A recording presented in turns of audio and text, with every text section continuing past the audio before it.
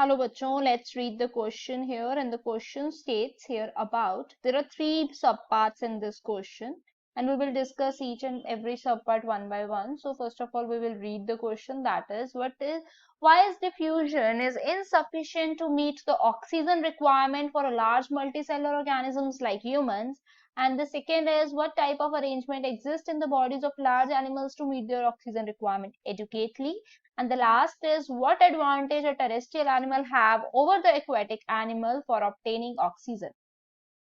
So here if we talk about the key concept, तो वो क्या रहेगा, that child must aware about all the procedure of respiration, right, so that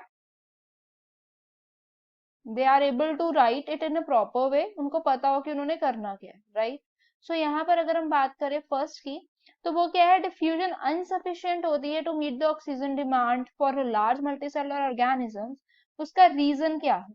ठीक है, because in case of large number of cells, ठीक है, उसमें क्या होता है, ह्यूमंस में लार्ज नंबर ऑफ सेल्स होते हैं, ठीक है, एंड इवन उनका साइज, बॉडी साइज जो है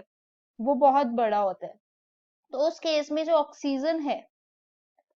it can not diffuse quickly, ठीक है, तो डिफ्यूजन नहीं हो सकती क्योंकि diffusion take time, so it can't diffuse, cannot diffusion take place at that place, ठीक है, क्योंकि यूनिसेलुलर ऑर्गेनिज्म में क्या होता है, वो सिंगल सेल ऑर्गेनिज्म होता है, तो उसके लिए डिफ्यूजन जो है सफिशिएंट है, बट मल्टी सेलुलर ऑर्गेनिज्म के पास बहुत ज्यादा सेल्स होते हैं, तो इट वुडंट बी पॉसिबल।